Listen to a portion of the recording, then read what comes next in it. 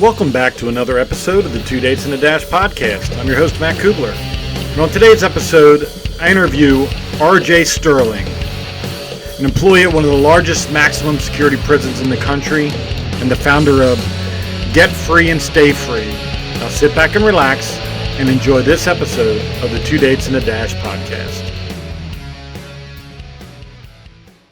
What is up, podcast land? Welcome to another episode of the 2 Dates and a Dash podcast. I'm your host, Matt Cubbler. Before I introduce RJ Sterling, who's a fantastic gentleman who's doing some amazing work in criminal justice reform from the inside out, from inside the prison out. I'm going to first tell you where you can hear the podcast. Pretty much anywhere you hear a podcast, iTunes, Stitcher, Spotify, Pandora, iHeart, wherever it is you listen to podcasts. RJ, we lost your video, by the way, Bubba. Yeah, that's where you can find the podcast. If you want to learn more about me, you can go to mattcubbler.com. You can learn more about my book that I wrote 15 years ago, A Brother's Love, a Memoir, which is the greatest accomplishment of my life. It's my life story growing up with my older brother, Andy, who was autistic and had a severe stuttering problem. Sadly, my brother was killed in a car accident in 1989 at the age of 21 when I was 18. So it's been 32 years since he passed, and one of the greatest joys I have is to be able to share his story on stage and then in the pages of that book. And it's a great way for people that never got to meet my brother to truly know who he is through my eyes. So if you want to learn more about me, go to mattcubbler.com, and if you want to buy a copy of the book, you can do so there. Go to Amazon or wherever you buy books online. Without further ado, RJ, how are you, buddy? I'm doing good, Matt, and I appreciate the opportunity to be on your show today. I think it's one I haven't done yet. So you're episode 113, and I don't necessarily have a schedule when I record, but as I'm pretty picky on who I have on, because I truly do believe that, and this is something my mom told me, that she's a retired English teacher, and she said everybody has a story to tell, but not everybody can tell a story. And in my kind of show, this is a storyteller's show. This is a great place for people who have the ability to convey what's on their heart and their mind, and inspire somebody or motivate somebody or educate somebody in the best platform possible, which I believe is podcasting, especially video podcasting, because it helps people see the interactions between two human beings. And I think that's important. And that's why we all, whether we want to admit it or not, when we're at a restaurant or a bar, we're always over listening in on other people's conversations. At least I am. I'm that guy. But and I find it fascinating to see the interactions between humans. And you can, even if you don't know necessarily the context of the conversation, you can tell a lot by the body language on whether or not that conversation is going good or not. And I love doing that. And I do appreciate you coming on, RJ, and being willing to share what you have on your heart and your mind with my audience.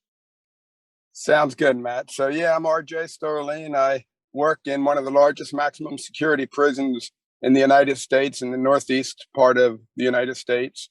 Started there nearly 20 years ago as a correctional officer, and became a vocational school teacher over the years to the inmates. So it's a pretty different industry, and I've become so passionate about what goes on behind the concrete, steel, and paint of a prison. And so what I've done the last couple of years, not to use any of the family money, but I also got a part-time job in a retirement community to fund what I want to do here and what this passion is all about. And what it is, it's to share stories of hope, information, and transformation told only by those who have been in prison, because nobody can really tell those stories any better than the ones that went through the same experience that somebody else has went through. I love that concept. And I was telling you before we recorded, a friend of mine that I mentor, ex-con in Florida, he wrote a lot of journal stuff about, and with the approval of inmates that he was with, their stories. And one of the things he wants to do is write a book featuring all the stories and he actually had each one of those inmates write their own journal. So it's like in their words, in their handwriting. So it's pretty cool. And many people would look at me and go, "You're a cop.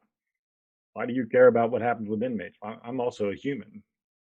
I might be a conservative. I might be, um, you know, constitutionally driven, but I also have an understanding that, and as someone who made a lot of mistakes in my life, that just because you make mistakes doesn't mean they have to be terminal. And there are some that biblically, I believe are terminal mistakes that, frankly, you deserve to be put away for the rest of your life. But then there's the rest of them where I believe if you have the opportunity and the desire to reform, that you should be allowed to do that and reintegrate back into society. So having someone like you who's highlighting uh, those stories, because it's some of the most passionate and inspiring people I've met are people that have criminal background. And I'm not afraid. I'm not afraid to cry on stage. I'm not afraid to have emotions, but I do appreciate when you have that mental image of what a hardened criminal looks like, and you see them breaking down and sharing that raw emotion. There's nothing more inspiring or powerful to know that um, they repent and they want to be back to normal. They want to have a life back, and I find that to be something that I can get behind. So I ask every one of my guests, and how they answer it is up to them, and how long that answer is up to them. It doesn't really matter. And then we just take the show from there. But I ask the same question to everybody: Who is R.J. Sterling? Right. So, like I mentioned before, my passion is to get these stories out there to society that doesn't know much about the industry of being locked up, and more as a public safety initiative. When you look at it on the left and the right hand side, it goes everywhere from hug a thug all the way that you might, the left side might refer to it, to the right side, lock them up, throw away the key mentalities, which got a lot of politicians elected through the last 4 or 5 decades. Actually, the last 5 or 10 years, we're starting to undo that mass incarceration mentality. Even on the Republican side of the House, they're starting to look at it and saying, wait a minute, this don't make sense here. We're spending $40,000 to $50,000 a year to house an inmate, and we're spending $8,000 to send a kid to school. Something just doesn't seem right here. So, my perspective is, like you alluded to earlier, you did the crime, you did the time. Now that's it. That's the end of it. There should be no more punishment. But yet, you go back into a society who continues to punish you by not wanting to hire you, by wanting to judge you by the by your past and those kind of things. And I saw, as an 18-year-old kid, I'm 60 years old now. When I was 18, 19 years old, I was in the United States Army in the military police, and I had this really cool job as a young military policeman. I was the coordinator with the Hinesville Liberty County Sheriff Department, and which was at Savannah, Georgia, 40 miles away from Savannah, Georgia. And we had a huge post, Fort Stewart, Georgia, and the town outside was a small town. And I would go into the county jail, about 200 inmates, and about 180 of them were GIs, and I just needed to make sure that they were taken care of. And I remember back then seeing the artwork on the cells of a convicted murderer, and seeing the talent and the potential contributions that somebody can bring to the table and to society. And so even way back then, it kind of caught my attention. And then working around the last 20 years and seeing how so many of these dudes are like really transformed men, and how inspirational. A lot of them are lifers, and depending on what state you're in, you get a life sentence. You're going to die in the prison unless they have the sentencing laws where 20, 25 years you can get out on good behavior. So now what we need to do is get these stories out. Like maybe your friend or your mentee, he might be interested. and get these stories, and I'll put them in transcripts, and I'll put them on the website that I have, and just get those stories, because I'm convinced once these stories start getting back into the prisoners and the returning citizens that are out on the streets but maybe struggling, once they start to hear these stories, it's like, no, wait a minute, I can, if he can do that, I can do this, and yeah, and so on and so forth.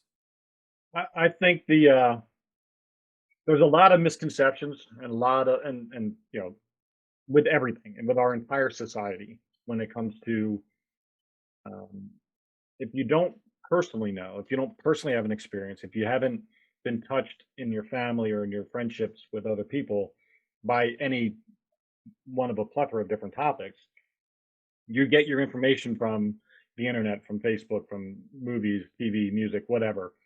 And that's how you formulate your opinions. And it's no different than with um, criminals and people that are incarcerated. That if you don't know a person who's ever been to jail, if you've never been to jail yourself, if you don't understand that world, you're getting your information from potentially unreliable sources.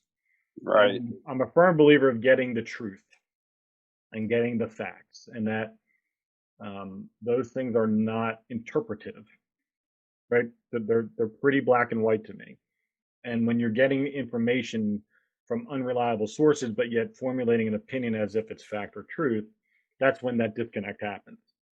And for me, having opportunities to share from someone who's working on the inside of one of the largest maximum security prisons in the country, who is actively working to help create a better understanding of what's going on inside the walls of a prison, I think is a vital piece of information that will help people have a better context of reality, not their version of reality, but what reality truly is.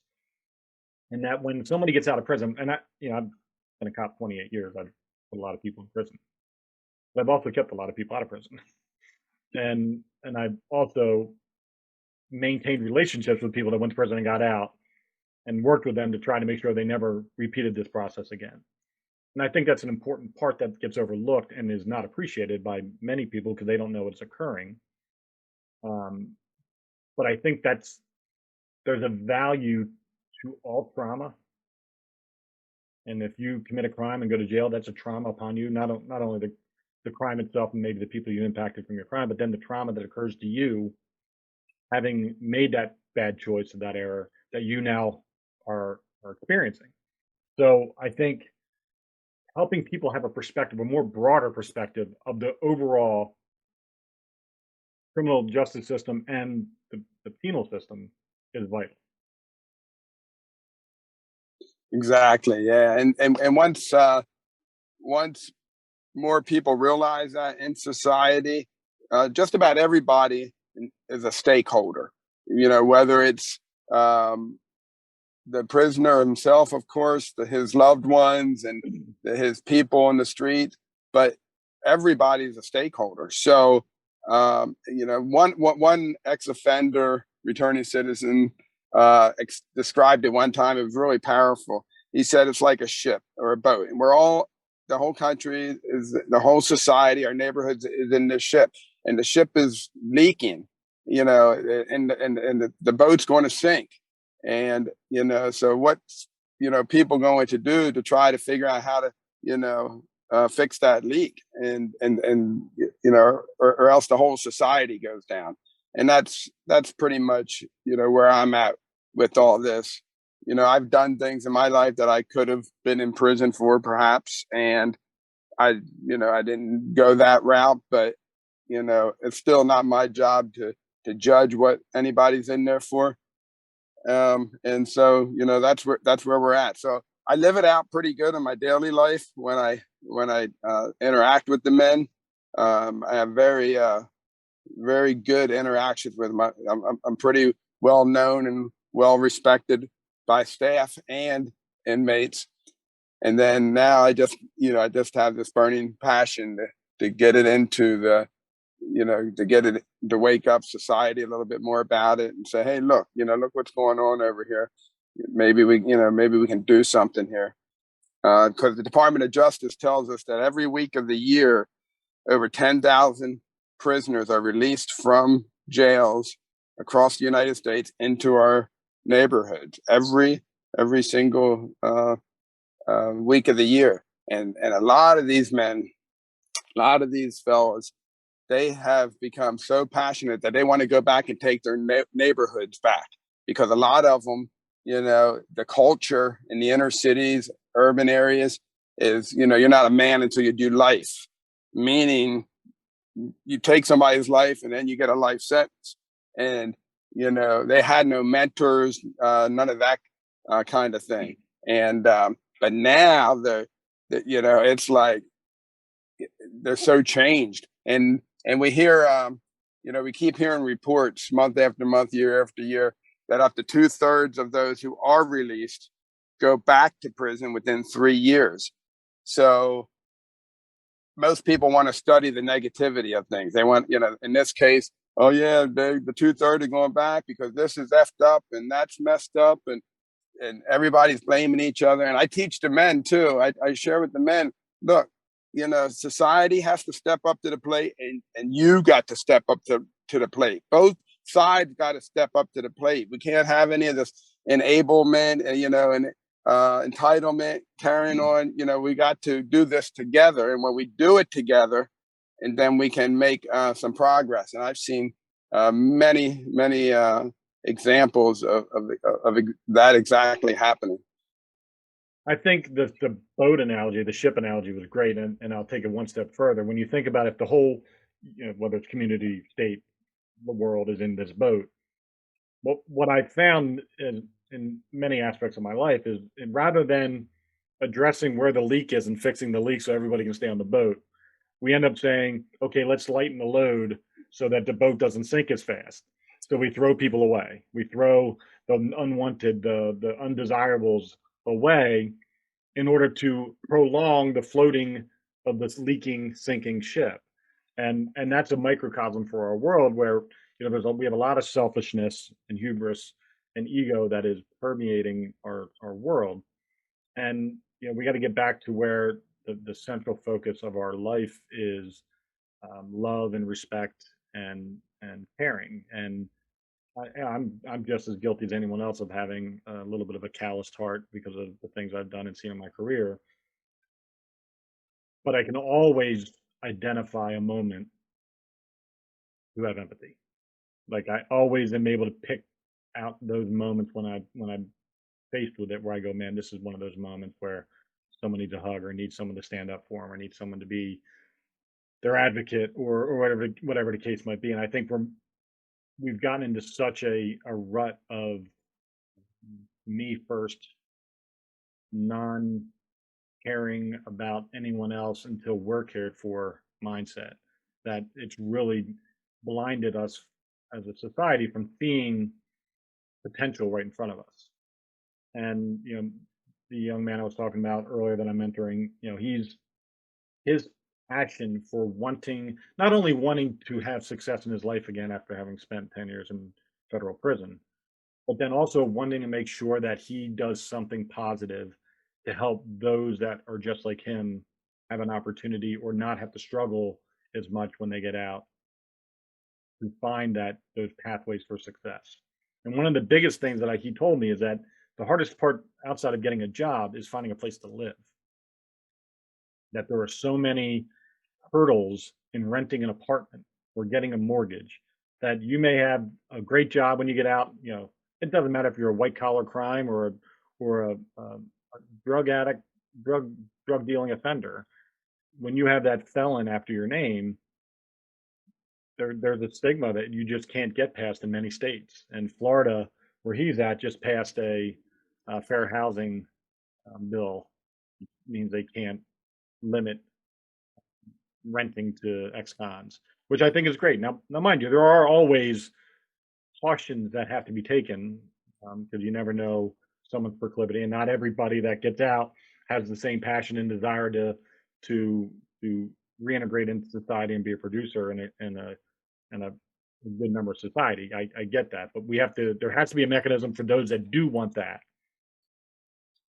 to have it. And I think that's where it's either, like you said, we're either an all in or all out mindset right now in our country. there isn't a way to massage it into being something that's good for everybody. It seems to be missing.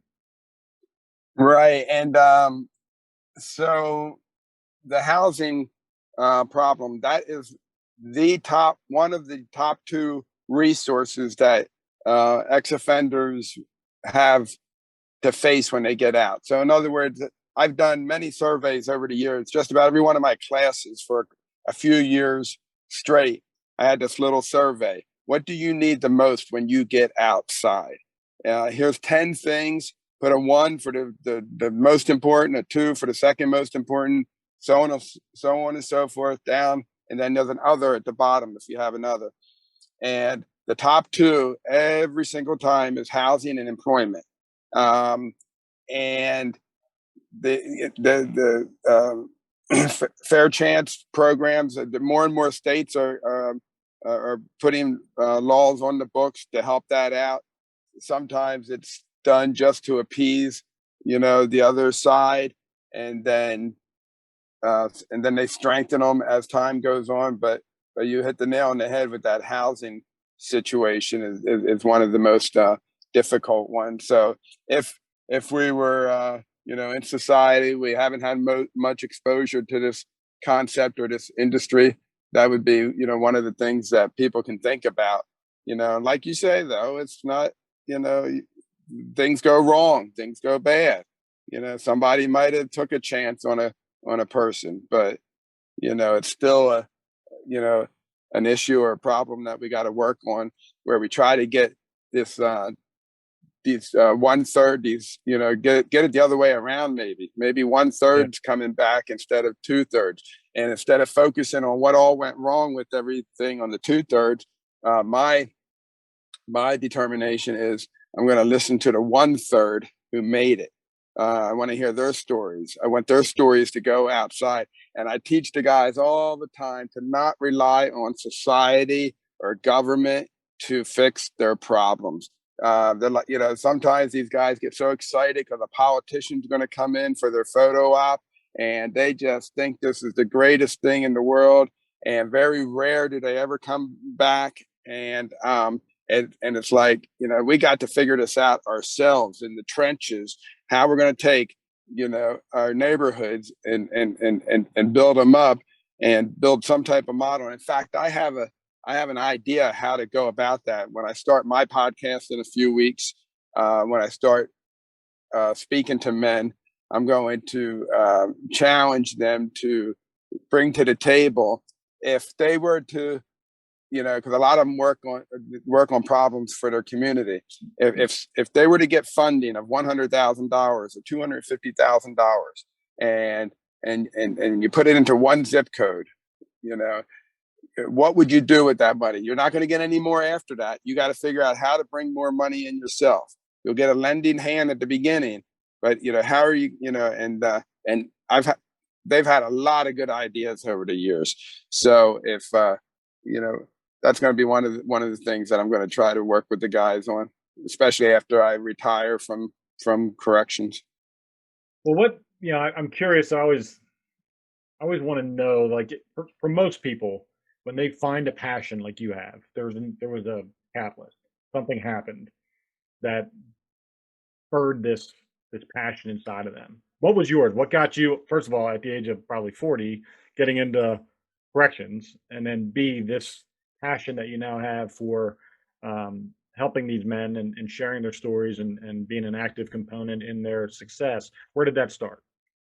Yeah, really interesting that you asked that question, Matt, because that is one of the questions that I'm going to be asking all my guests, about their transformations. And in their case, when did that transformation happen? Was it a aha moment one day and the light bulb went off, or was it a very gradual thing? One seed was planted here, another seed was planted there, and it just kind of came to pass.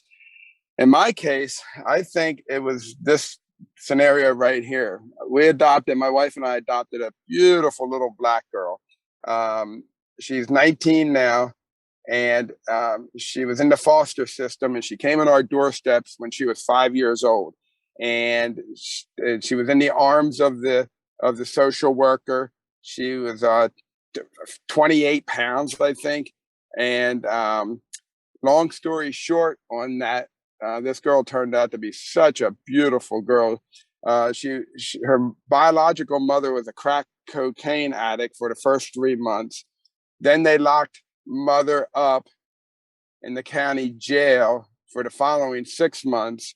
Then they left mother out to the hospital for my daughter to be born, and so on and so forth.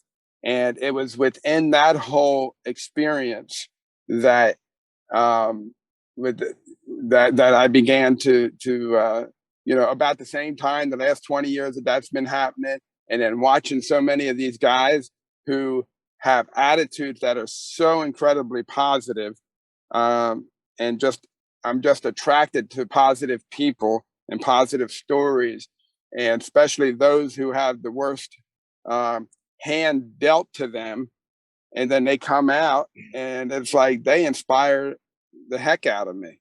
So I think that's the best way of how I can describe how that happened. At the beginning, I used to help and work with men, and still do. They get out. At the beginning, there was one or two or three, the first one or two or three that really sucked the life out of me. In other words, Pastor Paul from my church, uh, he started it with me, and like you said, somewhere either on air or before we went on air, um, something to the effect, it'll suck the life out of you.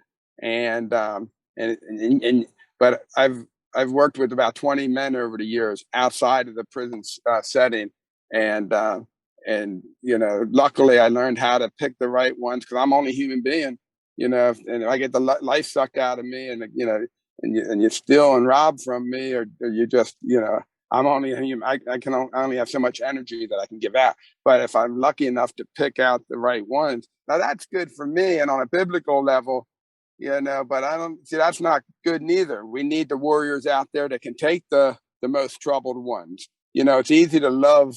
It's easy to love the people that we love. It's easy to love the people that we like.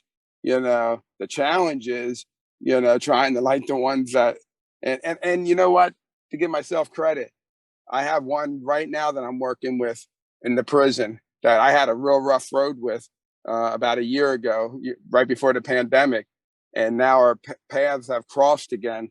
And I don't harbor any thing against him, and I rose up above it, and now him and I are connecting in a real powerful, good way. So, I but think yeah, it's that's important in our line of work. It's important to people ask me all the time, like, how do I manage the daily suckiness of the world, right? Because it's no one calls the police because they're happy or just want to say hi. Nobody goes to prison because they didn't commit a crime for the most part. I mean, there are people that are wrongfully convicted, but for the most part, in general, people that are right. there are meant to be there, and it's not. I could never, for the record, do your job. I'm Mhm. not wired for that. It's not in me. But people ask me, how do you manage, um, like when you arrest somebody, you're ever afraid they're going to come back and when they get out and do something to you or whatever, like those kinds of fears of retribution because you took away their freedom or whatever the case might be. And I always say no because I treat everybody with respect. Like it's never personal for me. If I arrest somebody, and I've worked in 4 different agencies, and I've had people that I've arrested come up to me when they knew I was leaving and thank me for the our engagement, right? For like they understood that they were messed up and I was there to do my job and I treated them with respect, and when they got out, I didn't treat them like they were bad people. I would always say hi to them, and for me, it's not a personal problem that I have with anybody. It's simply a process that I believe is necessary in our society, and I'm just the one doing it that day. I'm that guy, and for me, I don't have any. In 28 years, I can count on one hand the number of people that I personally don't like that I've arrested that for whatever reason, whether it was threats against me or whatever, that now we're never going to see eye to eye. But for the most part, everybody I've arrested, I would buy coffee for when they're out. Like that's just the way it works. I have one guy that I arrested 25 years ago, and we meet every year on the date of his that I arrested him, and we have coffee and talk. But we talk as well during the year, but it's our way of. He said I saved his life that day. He was heading down a path of destruction, alcohol and drugs, and um, he's one of those stories of redemption and married, kids, great father, great husband, great job. Um, he put in the work, and it's it's not an easy process that you're involved in with these guys that are getting out. And I think the way you're approaching it is the right way. And not that I'm the be all and end all on that, but I do believe that you have to get people who want to do better. You've got to get identify those people and then put them in with other people who want to do better, right? When you can get that collectivism of inspiration of um, want and desire collectively inside the walls of the prison, and help them fuel each other to be better and to become more educated, to get their whether they want to get a college degree or a high school diploma, or create the the building blocks for success that are necessary when you get out. No matter what, if you're a felon and you have no high school diploma and no college degree, you've got a long way to go before anybody's going to give you the opportunity for success. You'll get the opportunity to maybe survive, but not to be successful. And there's got to be a way while they're in prison, because not for nothing, prisoners get a whole lot of opportunities to better themselves while in prison that aren't necessarily offered to average Joes out in the street. They're getting three squares, they get legal services, they get educational component, they get all that stuff covered for them as part of their being incarcerated. So I think there's a way that building them up and giving them the understanding that you need to get your high school diploma. If you can get an associate's degree or a bachelor's degree while you're in here, that's going to help you. Like all those things, and then also helping educate society, like we're doing today, is another piece of that puzzle. And there's all these different components, and if one isn't there, if one isn't present, the success rate's probably minimal, I would guess. Right. Yeah. And a lot of it, when it comes to the recidivism rates, the programs that seem to work best are when faith-based organizations and or community organizations come into the prison, build relationships with the men uh, while they're in there, and then when they come out, they kind of have things set up for them, because that first, you know, period of time when they get out, that's the critical time. Yeah. And unfortunately, you hear stories across the whole United States. They put some of these halfway houses right smack dab in the middle of the Oh yeah. drug communities. I went on a tour of a couple already, and it's just mind boggling. I had a student just 4 or 5 years ago that he got his forklift certification, his OSHA 30 card, flagger card, everything good to go. He was ready to go.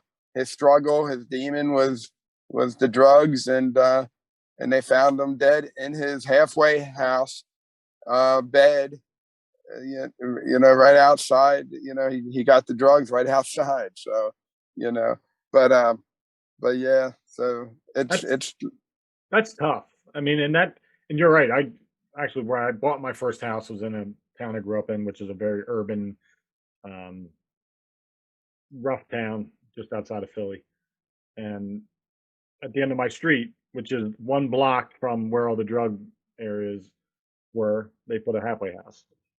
And it's literally 150 feet to their left can go buy drugs anytime. And that's the norm. And I understand societally why there's difficulty in placing halfway houses. I understand that you know upper middle class white America doesn't want a halfway house in their jurisdiction, and each municipality has their own governing body that determines that. So you have right, and there's probably financial incentives from the government. I'm guessing here, but to put them in certain areas.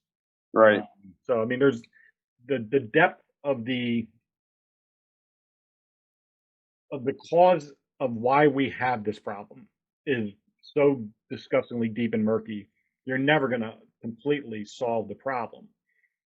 But if you have enough, and I truly do believe that whether it's in sports, whether it's in religion, whether it's in politics, whether it's in your parenting or being a spouse, those that want to be the best at their whatever it is and put in the work and have that grit and that hard work mindset ultimately become successful. No matter what your lot in life is, that if you have a passion for something and you want something bad enough, I can recite 100 different examples of people who grew up with nothing, no father in their home, and we can get into the fatherless society and the cause and effect of why people go to prison because of that. But who have overcome all of those to become very successful in life. And success is independently determined based on whatever your want is and whatever your level of achievement desire is. But from 99% of the people I know, success is whatever it is they dreamt up in their head, they achieved it because they wanted it bad enough.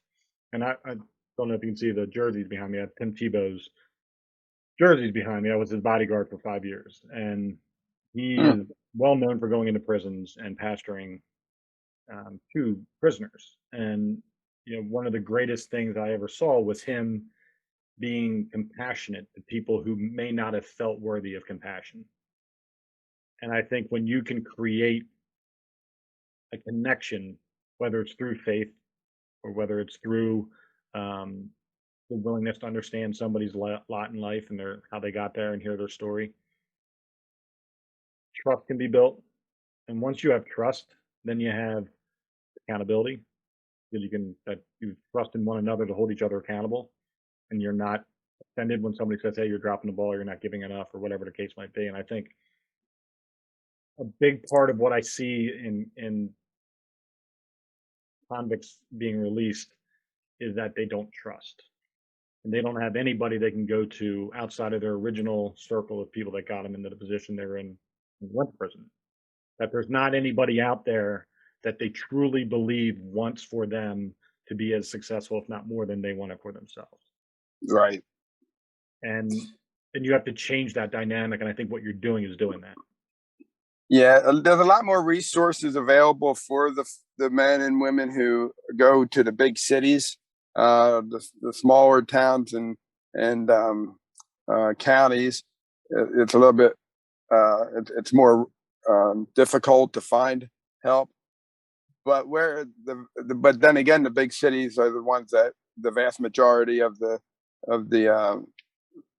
ex-offenders go to. So in that case, if they had built a good foundation on the inside, they had their aha moment, and they truly transformed and laid that good foundation. One of the sayings, is, and it sounds cliche, but it's so true, is reentry starts on day one of your prison sentence. In other words, that would be the ideal time to start to try to figure it out. Unfortunately, sometimes we get guys that have been down for 5, 10, 15 years, and then 2 to 5 weeks, a couple of months before, they want to try to figure something out that's out there for them, and they didn't take advantage of the time that they had. Another saying that I have in my classroom is prison can be a a, a, a wise man's university or a foolish man's playground. And that came from an inmate, actually, that quote. And but yeah, it's just doing that time. And then the other dynamic to that is, if they did the time right, are they doing it right to the point that it's a solid foundation that they can take outside with them? Because a lot, sometimes they do the time and they're doing it just to make parole, kind of thing.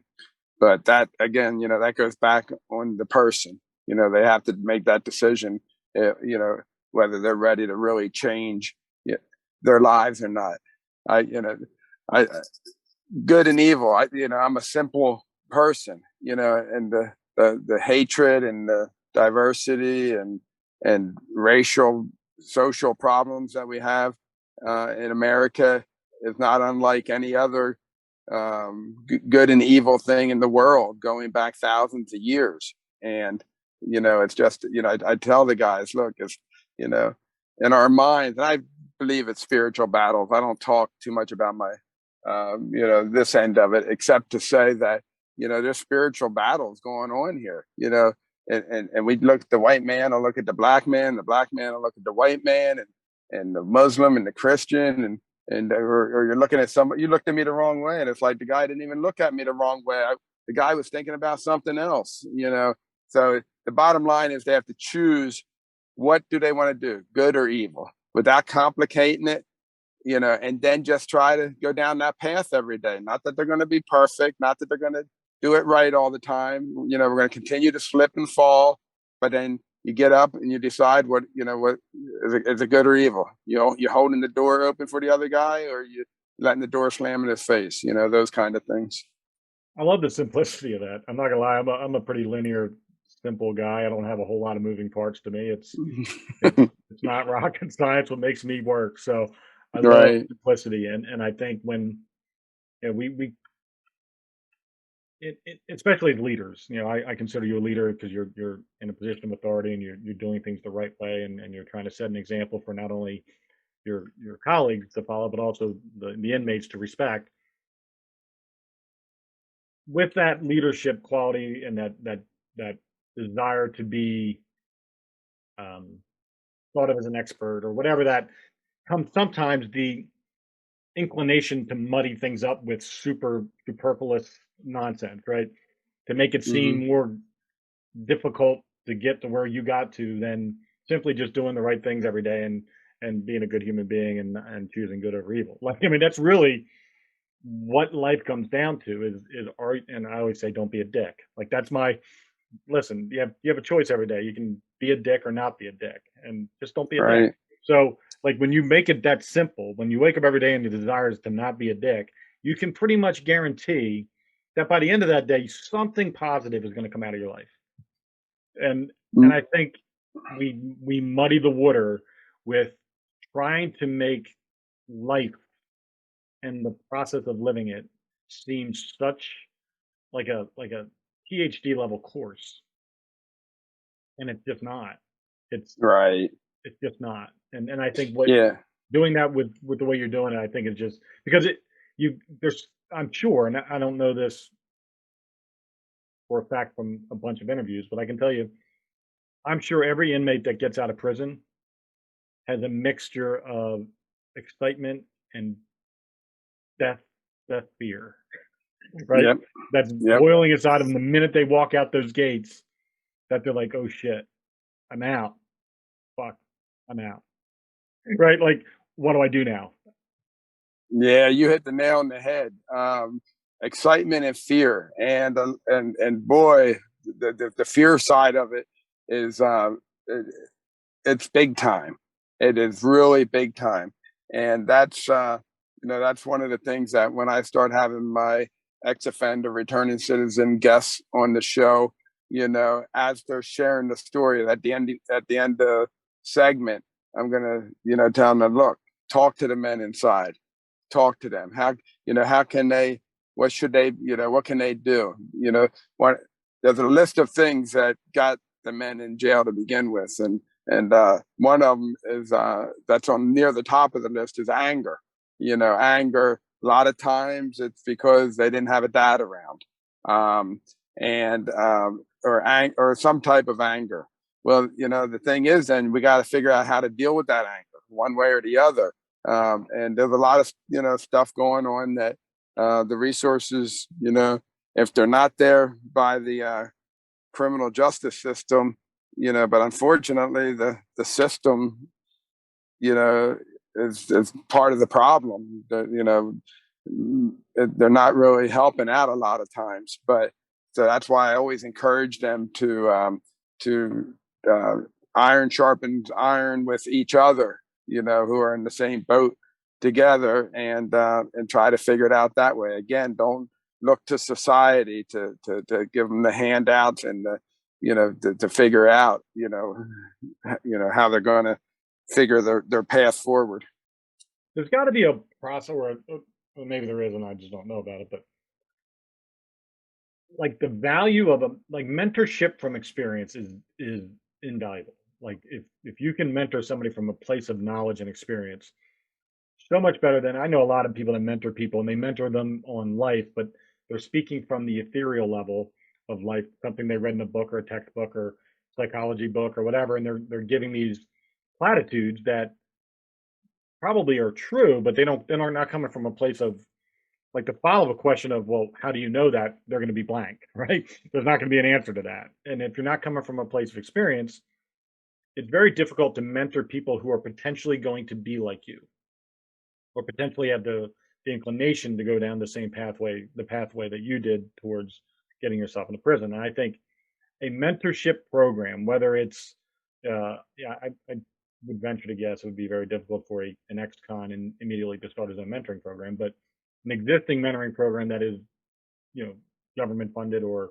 nonprofit funded that hires guys like people that you're dealing with that are leaving the criminal justice system and returning to society to put them in a position where they can be impactful on a daily basis to younger boys and younger girls who are, you know, fatherless homes or mom's a crack addict or whatever the case might be, so that they have the tools to not make the mistake that lands them in prison. Does that Yeah, exist? yeah, actually, it's more than ever. Even in the prison, inmates are being certified to become peer specialists. That's something pretty interesting, unique, and relatively new. Um, and, uh, and on the outside, the one reentry coalition that I have um, went to for several years, starting back about 8, 10 years ago. At the beginning, it was all a whole bunch of well-meaning organizations that wanted to help the people getting out of the prisons, and then more and more the drumbeat was, let's get these men that were in prison involved, let them and help us figure this out, let's get their perspective. And that's exactly where things are heading. And what better way to get revitalize a neighborhood one zip code at a time. That's the vision that I have, that I mentioned earlier, that I want to try to rally a bunch of men together, and let's take one zip code and go in there and with a small army of former offenders, and take back that one zip code. Not like the whole nation, not the, let's just figure out how to do one zip code. And then maybe if that works, take what works. If you can cookie cut and create Walmarts and Targets and Home Depots, why can't you recreate transitional housing programs and transitional programs that work? I mean, we're missing it somewhere along the line here, and then duplicate and replicate it. And the I'll tell you thing why. is, It's government interference and money. That's the reason why. and that's why I say figuring out how to do it, because to give government credit, they give billions and trillions of dollars over the years to well-meaning programs, but there's no human factor in the connection. It's just, you can't throw money at a problem and expect the problem to be fixed. If you took a fraction of that money and you went into one zip code and said, look, what's your game plan? What's your plan of action? What are you going to do? Well, that old rec center up the road is shut down. It's okay. Look, we got money. We can get paint. We can get, but the government's not going to paint it for you. You're going to have to get your own committee together, your own people together to do this. And, once you do it like that, I remember years ago at my church, we would go to the poor section of the town, crawl, over there. And once a year, we would go there and clean up, pick up the trash from their neighborhood, and then have a cookout for them. And I'm thinking to myself, us coming to do this once a year isn't going to help anything. I mean, sure, it might make us feel good that we're helping out for one day. How can we, get the people in that neighborhood motivated to pick up their own trash and to revive, live create a better quality neighborhood. So I'm convinced that we can do it. And and set some type of model, but it has to be done by the people that went through the experience. So And yeah, I think bringing in law enforcement. I was a kid, grew up in PAL, the Police Athletic League, and mm-hmm, I don't know if they had that where you grew up, but for us, it was the place to stay out of trouble, right? So you had mm-hmm, boxing and different sports and deck hockey and all of this stuff, and the cops were actively involved, and it just sort of kept you in this out of trouble mindset that this was just a destination you went to every day after school or on the weekends.